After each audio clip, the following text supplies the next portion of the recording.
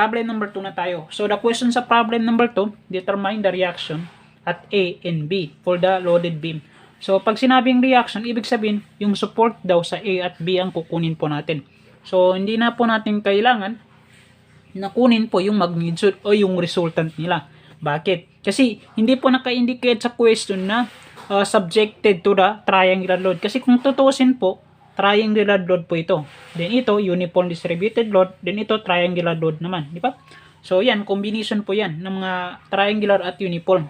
So hindi naman na sinabi na subjected sa isa sa mga yan. So ang kailangan lang natin gawin is reaction support. O magmo-moment tayo sa isa sa mga point na yan.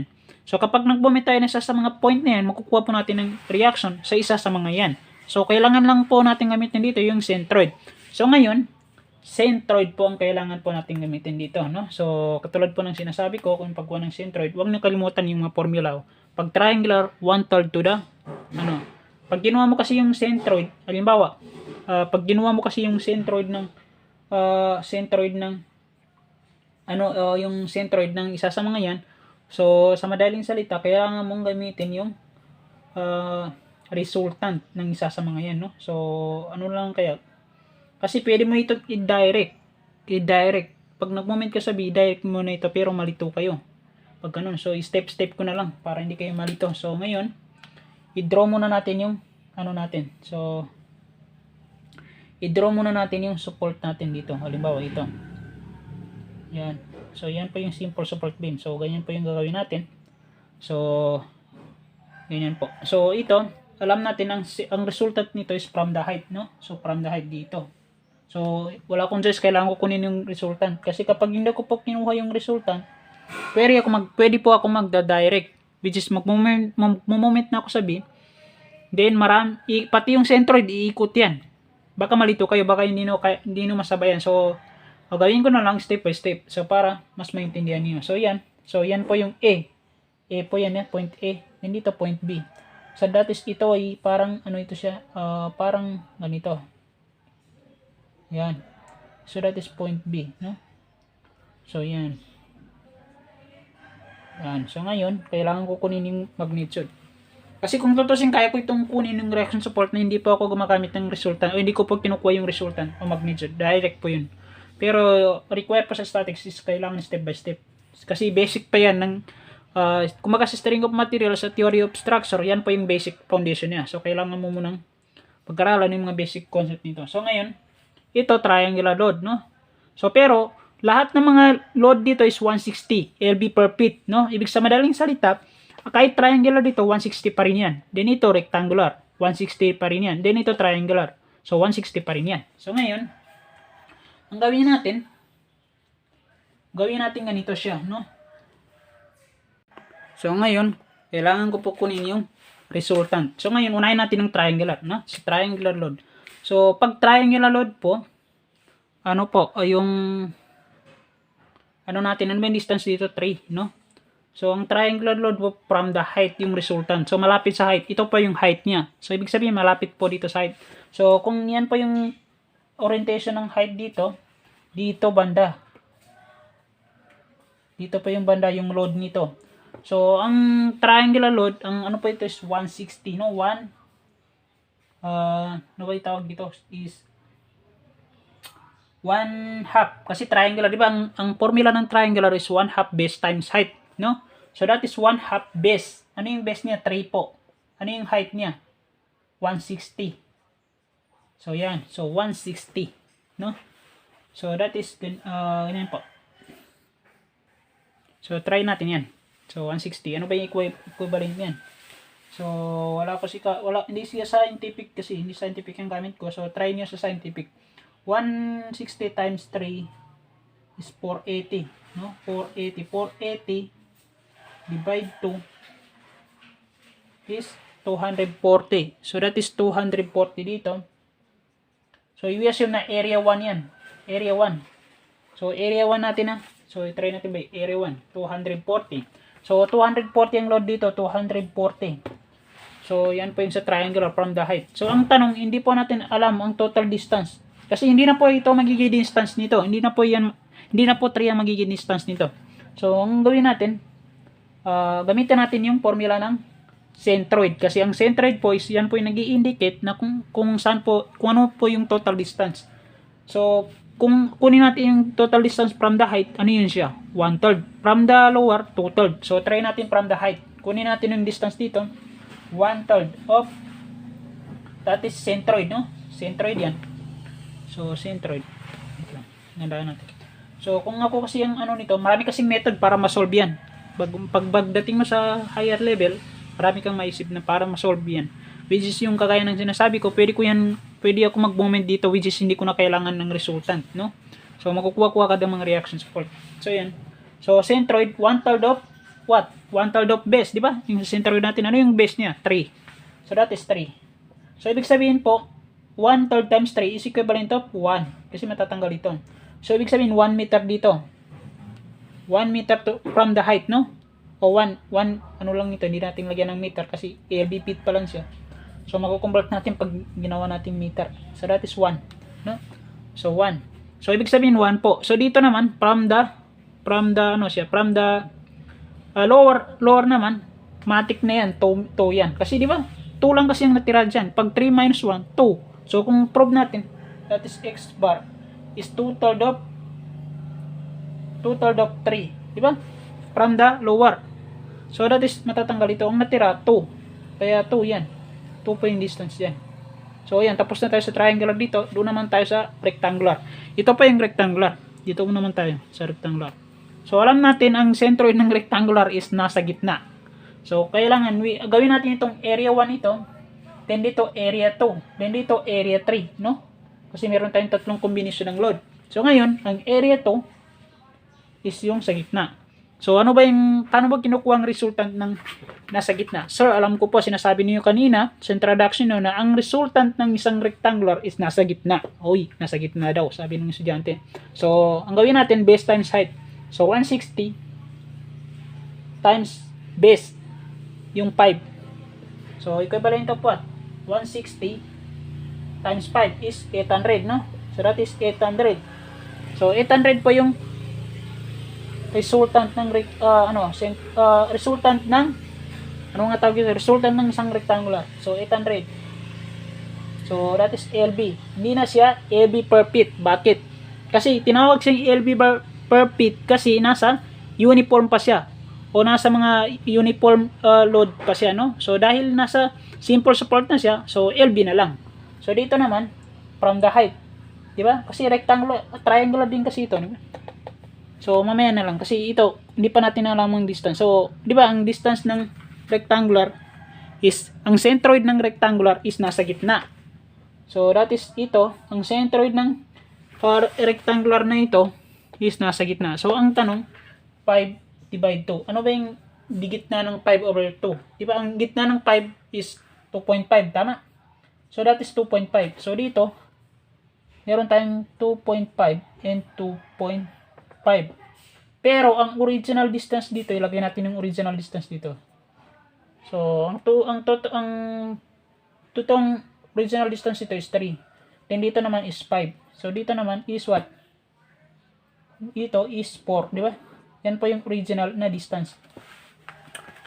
So, dito naman triangular.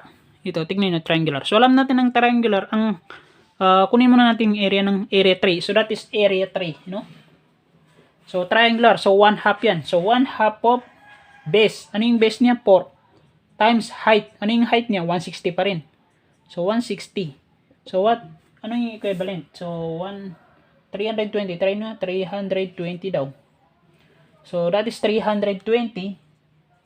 So, hindi natin alam ang distance. Di ba? Hindi natin alam ang distance dito. Alam natin ang 320 na yun is malapit sa height. Di ba? Kasi yun po, doon po nakalugad yung magnitude. So, yan. So, kunin natin from the height. Kunin natin yung distance dito, yung maliit. Yung from the height daw. So, ano ba yun siya? Di ba? 1/3. Pag kinuha mo sa malapit sa height, 1/3. 1/3 of 4. So, yan. Is equivalent of what? So, calculate natin. 1/3 of 4. Yung distance nito is 4 divide 3 is 1.3. So, 1.3 dito. 1.3 Dito from the height. So ngayon, from the lower naman, yan. From the lower dito, yung pinakamaliit na distance dito. Kasi dito is 1/3 dito. See, dito is 1/3. Then dito, yung pinakamaliit dito, yung yung pinakamaliit na height nito. Ilan ba? Di ba 2/3 yan? Kung dito is 1/3, that is x bar. So dito naman, x1 na yan, x2 ito. Centroid at to. No? So yan, pinakamaliit. Yung pinakamaliit dito, 2/3 yan, di ba? 2/3, katulad ng ginawa natin kanina. 2/3. So that is 2/3. So 2/3 of 4, no? So yan. 2/3 of 4. So that is 4 times 2 is 8, no? 8 na yun, i-divide mo by 3 is 2/6. So 2/6, no? So that is 2/6 dito. 2/6. So pag in-add mo naman siya, babalik siya sa 4. Tignan nyo, i-checking nyo. 1 plus 2, 3. 6 plus 3. 66 man yan, di ba? 2.66 kasi yan. So 2.66. So that is magra-round up yan by what? 2.7. O magiging 2.7 yan. So 2.7 plus 1.3, balik siya sa 4. So tama. So yan. So doon na tayo sa reaction na hinahanap. So dahil nagkano pa tayo, ginawa natin subjected kahit hindi naman siya subjected. Kasi kung tutuusin po, kukunin ko na yung reaction sana. Kasi hindi naman nabanggit sa question na subjected. So which is gumamit ako ng subjected o ginawa kong dumaan po ako sa magnitude and resultant. So kasi kapag dinary ko po kasi kung kinuha yung reaction support nito, malilito po kayo. So parang shortcut kasi yun. So yan. So magmo-moment tayo sa A. Summation of moment of A is equal to 0. Positive is clockwise. Dito tayo magmo-moment. So lahat po ng load dito is ikot kay A. So unahin natin yung 240 lb. So that is 240. Ano yung rotate niya? Counter, which is negative. Kasi ang positive mo is clockwise. 240 times what? 1 meter. Yan po yung purpose kung bakit po natin kinuha yung mga exact distance nito. Kasi yan po yung magiging distance ng bagong simple support beam natin. Diba? So dito naman, 800 ikot dito. Diba? Pag umikot yan, ano yung distance nito? So that is 800 times 2.5, di ba? Ito na po yung distance nito, 2.5. So positive yan kasi clockwise. So dito naman, yung 350, ano yung distance? Basta total distance dito is 5 na. So yung 320, ang ikot niya is positive, di ba? Positive 320. 320 ba yan? So 320, tama. So multiply by what? Tignan mo. Ano yung distance from point A? 2.5 plus 2.5 is 5. I-add mo naman yung 1.3 kasi meron siyang distance dito. 1.3 kasi yan. Ganyan. So 1.3 dito from the height. So 5 times 5 plus 1.3 is 6.3. So that is 6.3. Ngayon, ang natira po is yung support natin sa B. Dahil dito tayo nag-moment sa A, makukuha po natin yung reaction support sa B, no? So yan. So ikot po yan ng ganun. Anong ikot ng ganun? Counterclockwise. So that is negative. Negative RB multiply by 5 is equal to 0. Di ba? Kasi 5 yung distance niya dito from A. So yan, simplify po natin. So negative 240 times 1 plus 800 times 2.5 plus 320 plus 6 times 6.3 is equivalent of negative ba yun? Positive, no? Positive pala. So that is positive. Nag-moment tayo sa A, so makukuha natin ng RB. So positive 3 7, 8, 6, calculate lang, try nyo i-calculate, 6, 6, 7, no? So dito, 5 times RB, negative 5 RB, no? So equal to 0. So RB yan, RB. So that is RB. RB is equal to 0. So ito transpose mo sa kabila, that is negative 5 RB. I-transpose mo ito, magiging negative 3, 7, 8, 6, 6, 6, 7. So ito, pag sinamap mo itong dito, ito yung makukuha mo. So i-divide mo yan by negative 5, no? So that is negative times negative divide negative is positive. So positive RB. So the reaction at RB is 7, 5, 7, 5, 7, 5, 7, 5, 7.33 LB, no? So yan po yung reaction natin sa B. So reaction natin sa B yan po. Then doon tayo sa A. So tignan natin sa A. Wag na tayo mag-moment sa A kasi kapag nag-moment tayo, kulang lang natin yung ano yung A, di ba? Wag na tayo mag-moment. Kasi pag nag-moment tayo sa A, tignan niyo, pag nag-moment ka sa A, pag nag-moment ka sa B, ganito yung solusyon. Mahaba. Sinurkat pa nga ito, di ba? So, ano yung gagawin natin? Pag isa yung summation of forces vertical. So, mag-summation forces vertical pa tayo. So, sana ba? Summation of forces vertical, burayin natin ito. Yan, burayin natin. Summation of forces vertical. Summation of forces vertical is equal to 0, positive is upward. Ano ba yung mga upward? Ang mga upward po natin dito is RA, di ba? RA. So that is RA is equal plus ano pa ito, yung 7.75 7.33, no? So equal to downward. No, ano yung mga downward natin? So ito 240 plus 800 plus 320 is equivalent of what? Equivalent ng 1,360. 1,360. Kasi yan upward equal to downward. So ang upward po natin yung support sa RA. Alangan naman i-downward mo yan. So hindi niya kayang i-resist o hindi niya kayang supportahan yung 240. So maghihiwalay sila. So joke lang. So yan. So kailangan yung supportahan yung kapartner niya dito. So yan. So ito. So upward equal to downward, no? So ito yung 740 kasi upward yan. Yung RB natin, yung 757. Upward yan kasi support yan sa B. So, equal yan sa downward. So, ito yung mga downward natin. So, i-add mo lang ito, 240 plus 800 plus 320 is equivalent of 1,360. So, ngayon, the RA, i-transpose mo lang ito. So, that is 1,360 minus 757.33. No? So, kung nag-moment tayo sa B para makuha yung A, mahaba. Di ba? Unlike dito, konti na lang makuha natin. So, that is RA. Is ito, i-minus mo dito. Magiging 602.67. Inuli. So, yan, 602. LB.